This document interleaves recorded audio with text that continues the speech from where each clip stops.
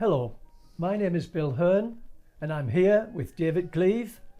Today we're here to share with you the history of a truly extraordinary woman, Mona Baptiste.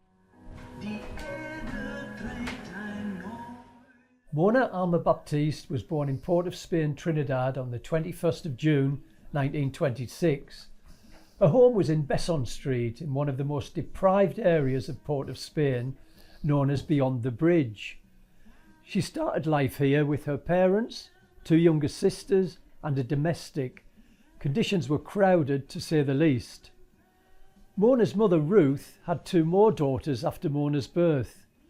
This is a rare photograph of all five sisters at Mount St Benedict in Trinidad. Sadly, the second youngest, Barbara, known as Babs, died in 1940. Mona's father Henry was a Trinidadian-born Indian and worked as an accountant. The marriage to Ruth was not a happy one, as Henry was an alcoholic and lacked Ruth's drive and determination to improve the lot of the family. The couple separated but never divorced and are buried together at Lapirus Cemetery in Port of Spain alongside Babs. Ruth wanted the best for her girls and had always dreamed of living in St Clair, the grandest part of Port of Spain. She devoted her life to making this dream come true, and thanks to her dedication and single-mindedness, the family eventually moved to Cotton Hill Road in St Clair, very near to the Savannah. The Baptiste house is now the site of a 4-star hotel. Cricket great Brian Lara lives nearby. All the girls shone educationally and gained admittance to the prestigious St Joseph's Convent School. Mona would cycle across the Savannah to get to school.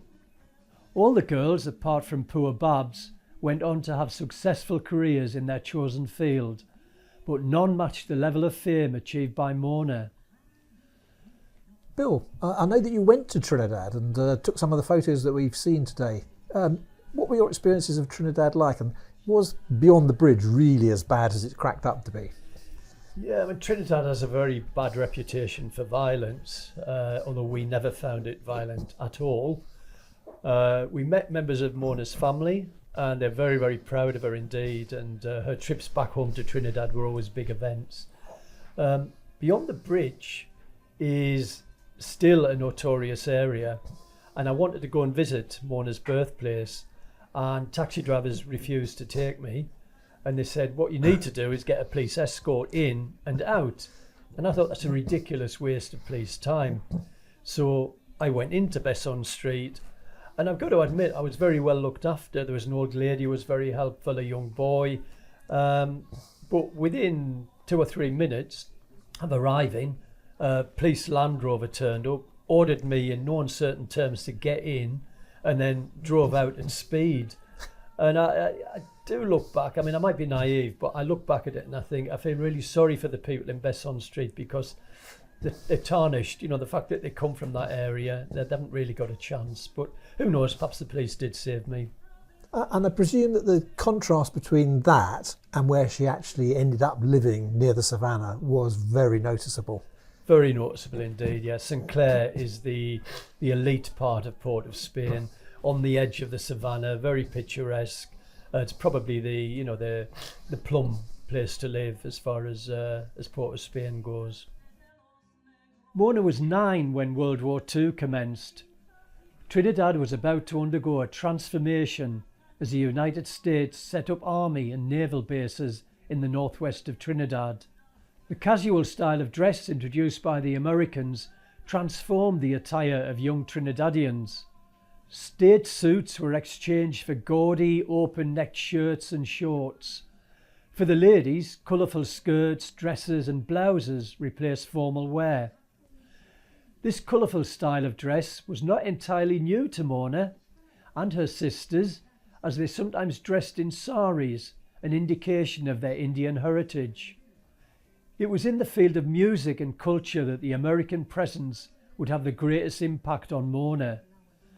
The music of Frank Sinatra, Ella Fitzgerald, Nat King Cole and Mona's idol Lena Horne could be heard on American Forces radio, along with the big band sound and swing from the likes of Glenn Miller. Mona loved this music and would continue to do so for the whole of her life. Mona discovered she had a great voice. Pushed on by Ruth, Mona performed at the US bases and had a radio programme of her own while still a teenager. But Mona yearned for more than Trinidad had to offer. No performance artist could make a living in Trinidad through singing alone, not even the great calypsonians such as Lord Kitchener. Aged 21, she decided to leave her homeland and her family and seek fame and fortune abroad. That she chose England for this was a surprise, as she had no relatives there, and the States seemed a more logical choice in terms of family, distance, culture and music. But she was British and decided London was the place for her. She said goodbye to her family on the 20th of May 1948 and boarded the Empire Windrush at Port of Spain. It was very brave of Mona to leave her family and her home for a strange land she only knew about because of what she had been taught about the British Empire at St Joseph's Convent School. Mona spent her 22nd birthday on board the Windrush at Tilbury, where she and her fellow passengers would disembark the following day. There were very few single West Indian women on board the Windrush, and Mona attracted some press attention when the ship docked at Tilbury. She was famously photographed playing the saxophone. In fact, she could not play the saxophone.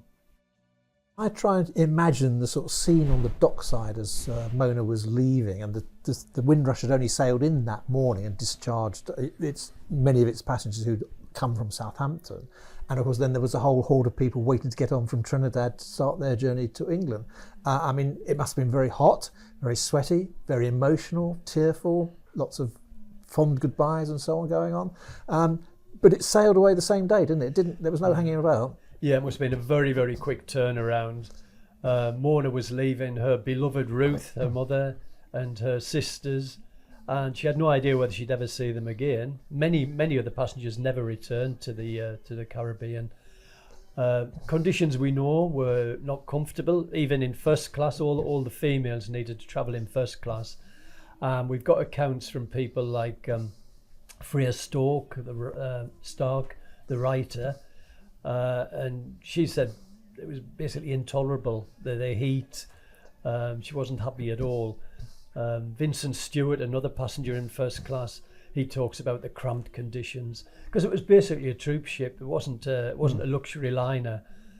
So yeah, conditions were not good. And I presume this was Mona's first time away from home and first time at sea, definitely, I guess. I would say so, yeah. She wouldn't have travelled before that. She was only 21 really when she set off, so just still a young lady. So really a very courageous decision, I think, to sail across the Atlantic, knowing nobody in England and not having a certain future there, but just taking a chance and going. Incredibly brave and incredibly illogical, because her links really were with the United States. She had relatives in the United States. She loved the music from the United States. It was nearer to Trinidad, but many West Indians had this just belief that they were British and that was where their loyalty lay, and that's exactly what Mona thought. She's British, she wanted to go to London, to England, and as well to try and make a career out of music, because no musicians in Trinidad were making a living out of singing and acting alone. It wasn't a lucrative business in Trinidad. But she was already quite successful in Trinidad, wasn't she? Because I believe she had her own radio show on the US Air Force network. Is that correct? Yeah. I mean, the story is that Ruth, being a very determined lady, very pushy, more or less carried Mona to the US base and said, "This is my daughter. She sings." And Mona sang and convinced everyone that she was really talented. She had her own show. She was never going to make enough money out of that alone to make a living, which is what I think compelled her to move away. Her first nights in London were spent at the Hostel for Colonial Women in Collingham Gardens in London. She shared this accommodation with 39 other women, including Evelyn Wauchope, the famous stowaway from the Windrush, and Edith Demetrius, a 47-year-old woman from Jamaica. By the 9th of August 1948, just over 6 weeks after arriving in England, Mona was starring on the BBC Light programme alongside her fellow Windrush passenger, Lord Beginner. From then on, her fame spread quickly and widely. Mona became the vocalist for the Stefan Grappelli Quintet. She and Grappelli remained friends for life. She had an even bigger break when performing on the same bill as Yves Montand at the Saville Theatre in London. She impressed the Frenchman so much that he invited her to perform in Paris in a musical revue at top cabaret spot La Nouvelle Eve, one of the oldest and most elegant revue theatres in the city. She also sang in Belgium, where a German impresario, Oskar Liebermann, saw her and signed her for a number of personal appearances in Germany. Mona performed increasingly on the continent, and it was here where her path to fame and fortune lay. When she got to England, I mean, she got onto the BBC really quickly. I mean, within less than 2 weeks, I think, she was appearing on BBC radio programmes. And my understanding is there was quite a rigorous kind of audition process to go through in order to get onto the radio at that time. And I read an account where, you know, thousands of people applied for auditions and only a handful actually made it through the process. So I don't know whether she actually had time to go through that process or whether she was already known and she was kind of fast-tracked because of her career in Trinidad. Yeah, there are mixed stories about this. I think on balance, she was already known in England and she did have a contact in England when she came across. But certainly if she hadn't, it was 1 in a million chance that you would get onto a radio programme, on the Light programme, the most popular radio programme that existed. So she did remarkably well. Even if she had been earmarked as a star, she lived up to that reputation and went on to greater things with people like Stefan Grappelli. Yeah, I mean, the conditions she came to in England must have been really quite alien to her. I mean, I'm not just talking about the climate. Obviously, she's come from Trinidad, where it's just universally hot, to England, which I think was going through quite a damp, dull summer that year. So the weather wouldn't have been that appealing. But I mean, obviously, also she was moving into an environment that was still severely bomb damaged as a result of the Second World War. I mean, I know that there were buildings around where the hostel where she stayed that had been bombed. They appear on the bomb damaged map. So there would have been bomb damaged buildings just around the corner from where she was living. That would have been very obvious whenever she went around London. Yeah. And of course, the other thing is, would she have been welcome as a black woman in London? I mean, there are all these stories, I'm sure, are absolutely true about, no Irish, no dogs, no blacks. And she would have seen those signs, surely, on the windows as she was walking around. Mm-hmm. Yeah, but talking to Liam, her second husband, he doesn't recall Mona ever talking about prejudice, racism and so on. Sure, it existed, there's no doubt about that, but perhaps Mona was one of those people that just sort of rose above it. But the contrast, I mean, beautiful house in St Clair, incredibly happy with her mother and her sisters, to suddenly move to a hostel in a cold country. She found the food very, very difficult to cope with. She loved spicy food, and that simply, with rationing, that simply didn't exist in England. So it must have been a big culture shock for her. We don't know how long she was in the hostel, but that would have been quite difficult as well, sharing with 30 odd other women. And probably quite stringent conditions as well. She probably had to be back in the building by a certain time. Meals would be at sort of set times. So it was a regimented sort of life. So she possibly, and that might be what pushed her towards Michael Carl. As a chance to move into someone who was wealthy. No doubt she loved him at some point. So she, that might have compelled her to look elsewhere. Yeah, I'm glad you mentioned rationing, because even bread was still on the ration when she actually arrived. I mean, it was taken off the ration fairly soon afterwards, I think. But I mean, clothing was rationed. And as somebody who liked to dress up, I'm quite sure she would have found rationing of clothing quite a hardship as well. In terms of finding accommodation, she seems to have done okay in London finding accommodation, but I think touring bands often ran into difficulties finding accommodation. I mean, I know she toured with a guy called Cab K and his band. And I think there was a story about when they were checking into a hotel, I think in Nottingham, where she had to give him a nudge and say, "Don't forget to get a room for me." Yeah. And in fact, I think all bands found it quite difficult to find rooms. I've certainly read a story of a band leader who would stand up at the end of a show and say, if you enjoyed the show, these guys have got nowhere to stay tonight. Can anybody put them up? And he said, well, we always found rooms that way. Yeah. So obviously their audiences were very receptive, but the actual formal hotel network perhaps were less so. And of course there's the famous story about Leary Constantine, who had booked and reserved a hotel room in London, paid a deposit, turned up and was told, you can't come here, mate. Mm-hmm. This was somebody who went on to be Lord Constantine. So there was no doubt at all, although Mona may have sort of minimised the kind of issues, there's no doubt that she must have faced some. Yeah, no doubt about it. In fact, that's, as you know, that's where we got the title of the book. What About the Princess? What happened was that they were having trouble getting rooms, and the band leader had managed to get rooms for the male members, and Mona had been forgotten. So she said, well, what about the princess?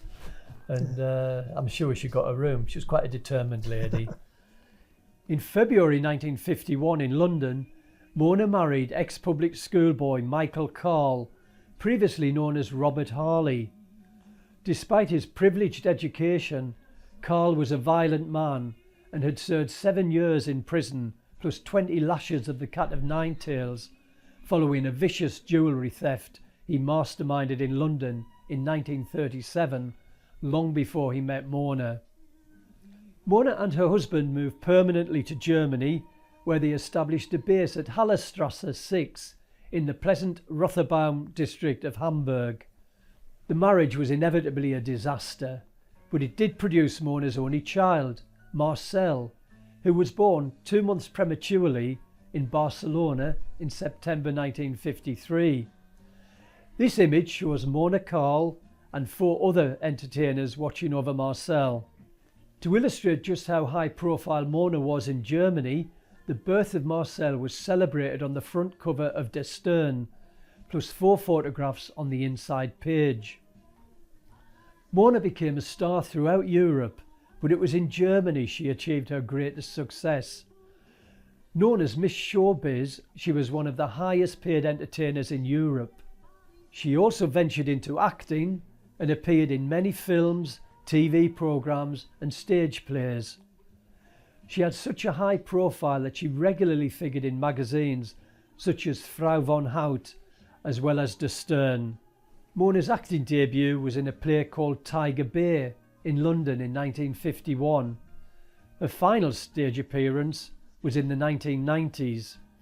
The famous Irish author Maeve Binchy, a friend of Mona and her second husband Liam, who we'll come to later, asked Liam if Mona might be interested in appearing as a West Indian nurse in a play in Dublin. Ask her was Liam's response, but remember she is bound to say she is too busy.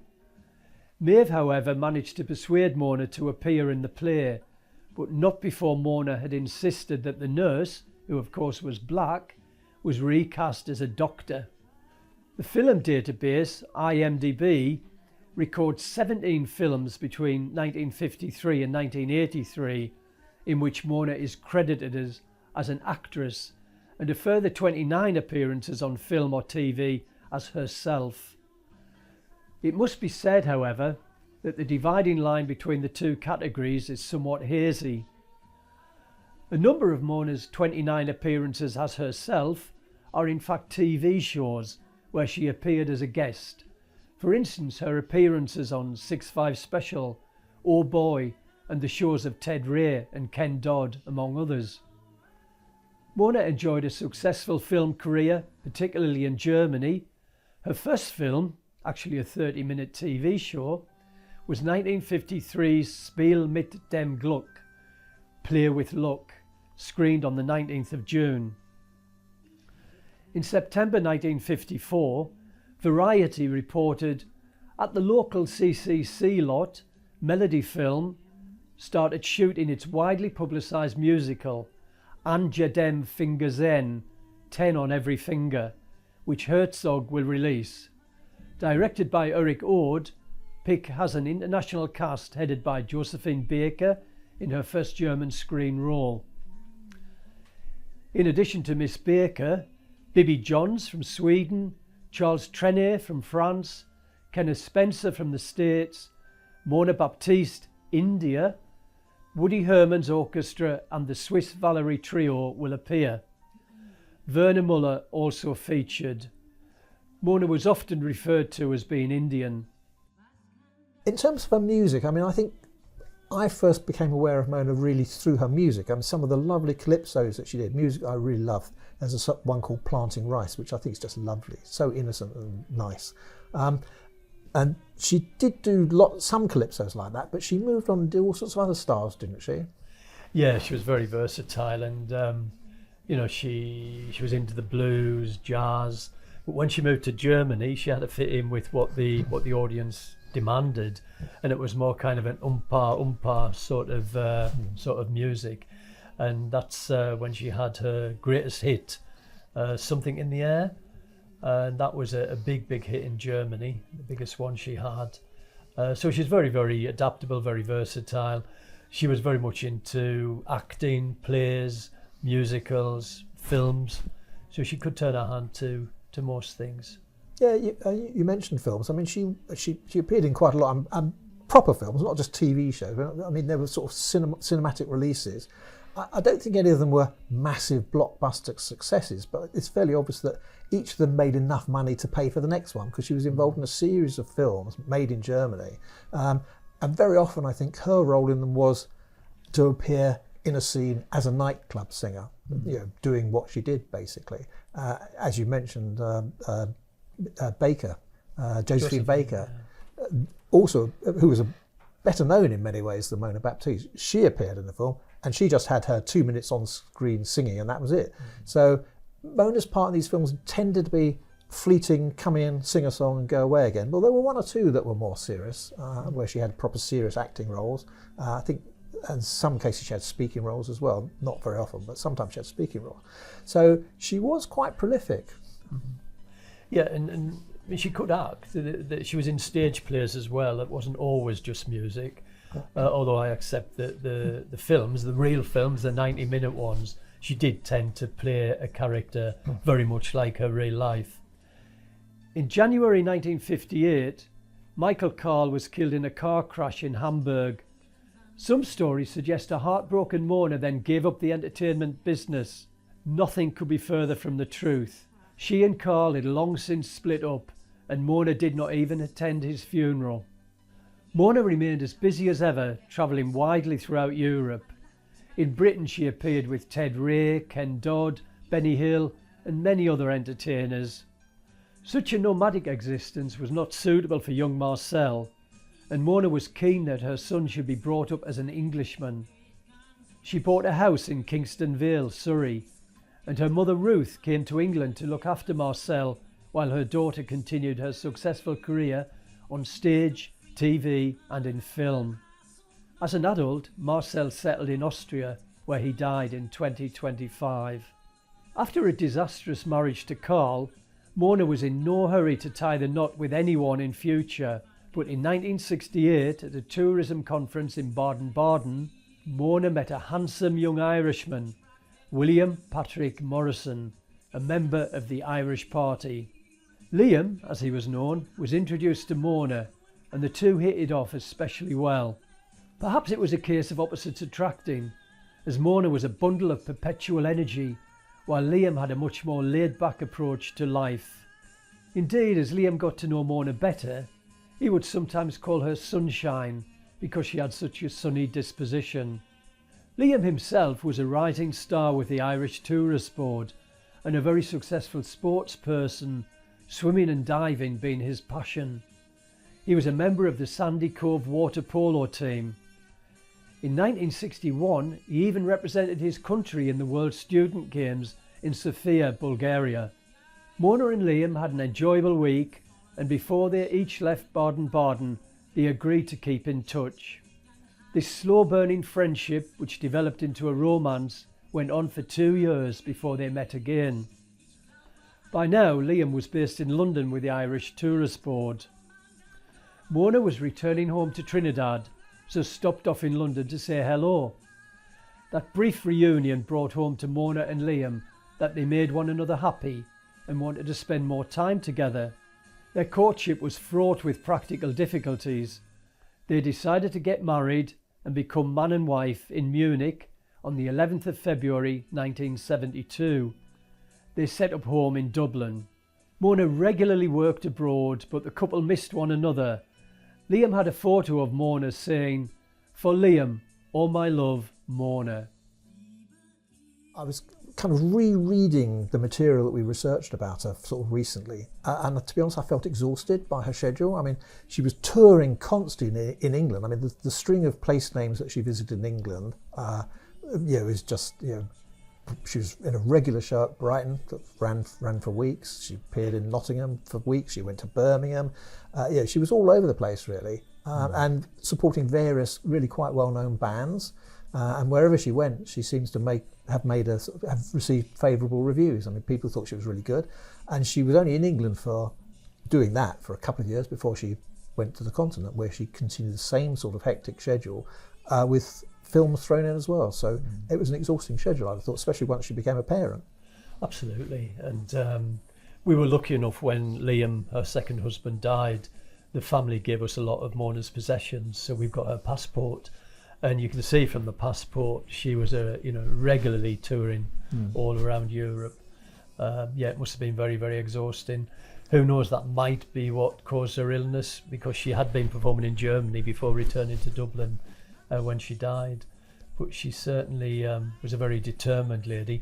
Quite often she drove to the continent. She got a ferry, she had a car, drove onto the ferry, and she had accommodation in Krefeld in Germany as well, where a friend lived, so she could spend time there. And of course she had accommodation in Munich before she moved to Dublin. So and a house in Surrey as well, so she got about. Yeah, and I know she had a house, she stayed in a house in Hamburg as well, which I visited. That was a very nice house on the kind of the fringes of the city centre of Hamburg. That was nice, overlooking a park.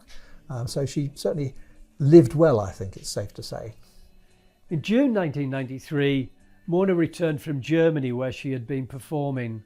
Liam met Mona at Dublin Airport, but it was clear during the drive home that Mona was not her usual ebullient self. Normally she would want to tell Liam all about her trip and listen to what Liam had been up to while she had been away. But this time she was quiet and withdrawn. Liam was desperately worried and phoned for a doctor, who was concerned enough to have her admitted to hospital at once. It was clear that Mona was seriously ill, but no one really thought that her 67th birthday would be her last. She spent it in hospital, undergoing extensive tests and experiments. Little did anyone know that she had only 4 more days to live.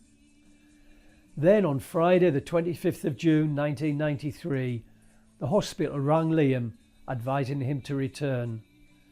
Tragically, at some time during Liam's short journey to St James's Hospital, Mona died. Liam was given the sad news as he went to the ward. It was a huge shock. Mona was always fit and well, always bubbly, always the one to help others.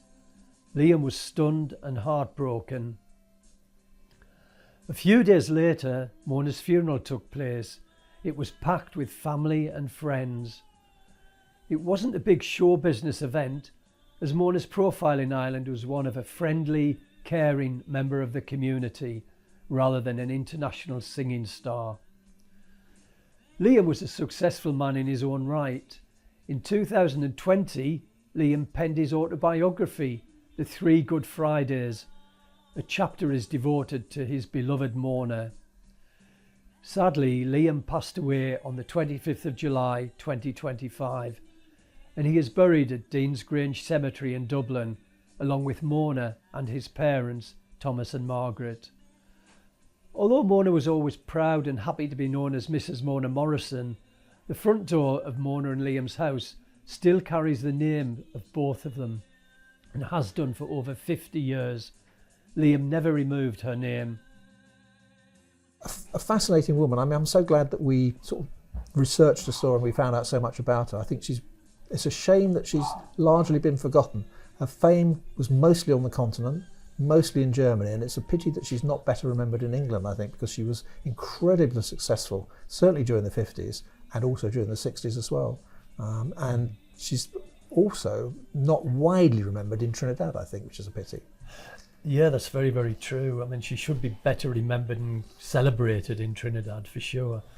Yeah, an amazingly talented woman, probably hasn't had the credit she deserves, but hopefully the book might help sort of spread her fame, and if nothing else, just have a permanent record of what a very talented artist achieved. Thank you very much for listening to this history of Mona Baptiste. We've been Bill Hern and David Gleave, and if you want to know more about Mona and her amazing life, you could read What About the Princess? The Life and Times of Mona Baptiste, written by ourselves and available from Amazon.